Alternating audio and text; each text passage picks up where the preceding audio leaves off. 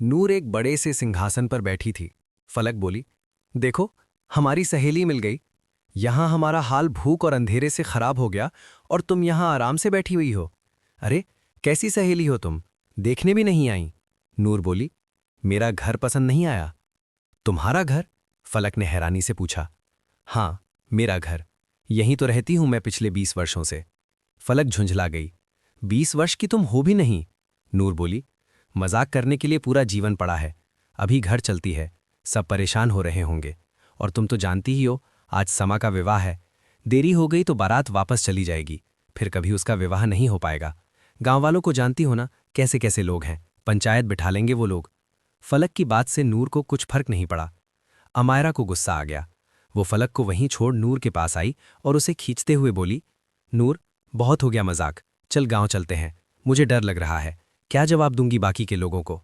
समायरा ने जैसे ही नूर का हाथ पकड़ा, नूर ने उसे जोर से धक्का दिया, जिससे अमायरा दूर जा गिरी। नूर गुस्से में बोली, तुम दोनों पागल हो जो मेरे पीछे यहां तक चली आईं।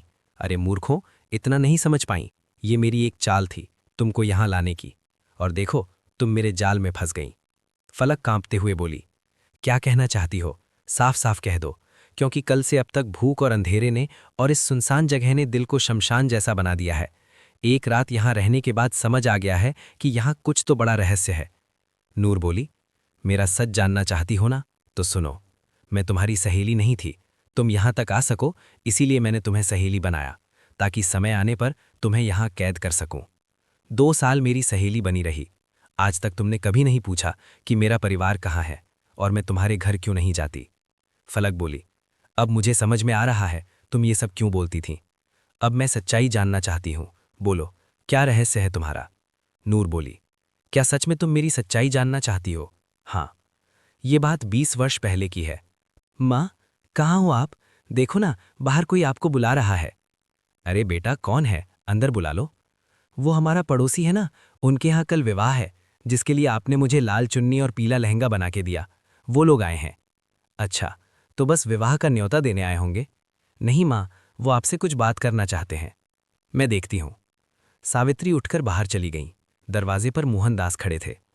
बहन जी, एक जरूरी बात करनी थी आपसे। आपको तो पता ही है, परसों मेरे बेटे का विवाह था, परंतु अचानक लड़की बीमार पड़ गई और मर गई। हे ईश्वर, ये कैसे हो गया?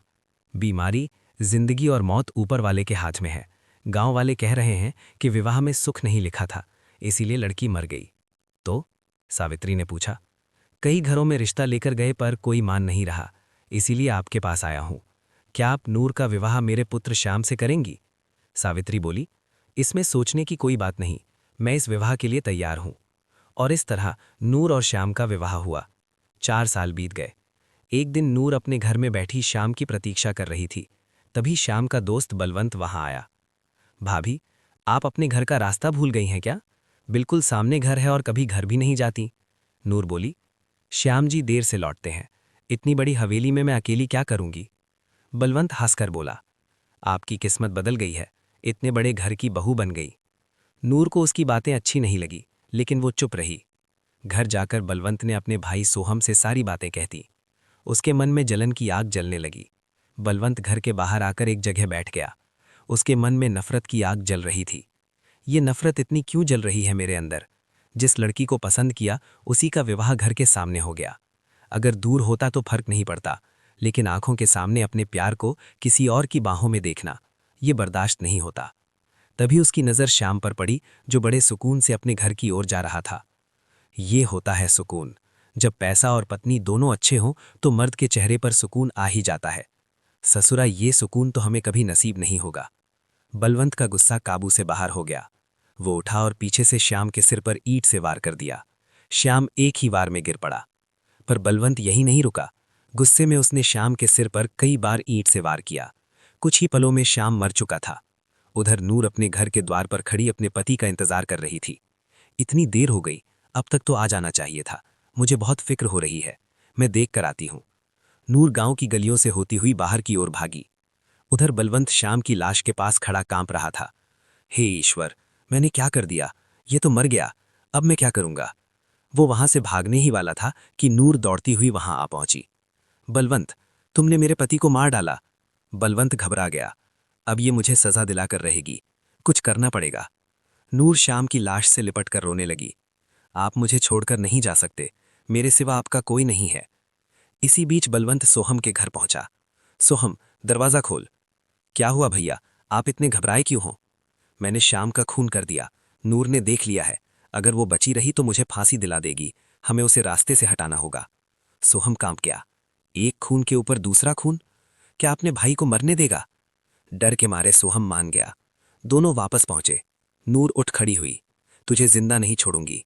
बलवंत बोला, मुझसे गलती हो गई, गुस्से में आ गया था। मैं राजा के पास जाऊंगी, इंसाफ मांगूंगी। इतना सुनते ही बलवंत ने नूर पर भी ईंट से वार कर दिया। पहले से टूटी नूर वहीं गिर पड़ी। दोनों भाइयों ने नूर और श्याम की लाश को घसीटते हुए तालाब की ओर ले जाकर फेंक दिया। नूर गिरते गिरते कुंडलोक के किले के द्वार तक जा गिरी। वहां एक बूढ़ी औरत आई। इसके शरीर में अभी कुछ सांस बाकी है, इसे बचाना होगा। वो नूर को अंदर ले गई, उसके जख्मों पर लेप लगाया। कोई इंसान अधूरी आरजू लेकर मरे तो उसकी आत्मा भटकती है। बुढ़िया ने मंत्र पढ़े, अक्षर हवा में घूमे और नूर के शरीर में समा गए। नूर उठ बैठी। मैं जिंदा हूं। तेरी उम्र आज यहीं रुक गई। तू हमेशा 20 वर्ष की ही रहेगी। तू इस अंधेरी दुनिया की शक्ति बनेगी। नूर की आंखों में आंसू थे। अब मेरा एक ही मकसद है, बलवंत का अंत। नूर धरती पर आई। फलक और समायरा से दोस्ती की, उन्हें कुंडलोक लाकर कैद कर लिया। सच सुनकर फलक बोली, 20 साल इस अंधेरे में, हमारी तो एक रात में हालत खराब हो गई। उधर बलवंत तालाब के किनारे खड़ा अघोरी से सच सुन रहा था। नूर जिंदा है, वही तुम्हारी बेटियों को ले गई है। घबराकर बलवंत और सोहम कुंडलोक पहुंचे। नूर के पैरों में गिर गए। हमें माफ कर दो। नूर गहरी सोच में डूब गई। तभी बलवंत ने अचानक उसके बाल पकड़कर उसे गिरा दिया। तुझे क्या लगा मैं सच में माफी मांगूंगा? तभी समायरा ने तलवार उठाई और अपने पिता का सिर काट दिया। मैं बेटी का फर्ज नहीं निभा पाई, पर इंसान होने का निभा लिया। नूर की आंखें भर आईं। तुमने मुझे सहेली का प्यार दिया। अब मैं मुक्त होना चाहती हूँ, अपने पति से मिलना चाहती हूँ। नूर ने वही मंत्र पढ़े। उसके शरीर से अक्षर निकल गए। वो वहीं गिर पड़ी। कुंडलोक खत्म हो गया। फलक, समायरा और सोहम तालाब के बाहर आ गए। फलक और समायरा की आंखें तालाब में नूर को ढूंढ रही थीं।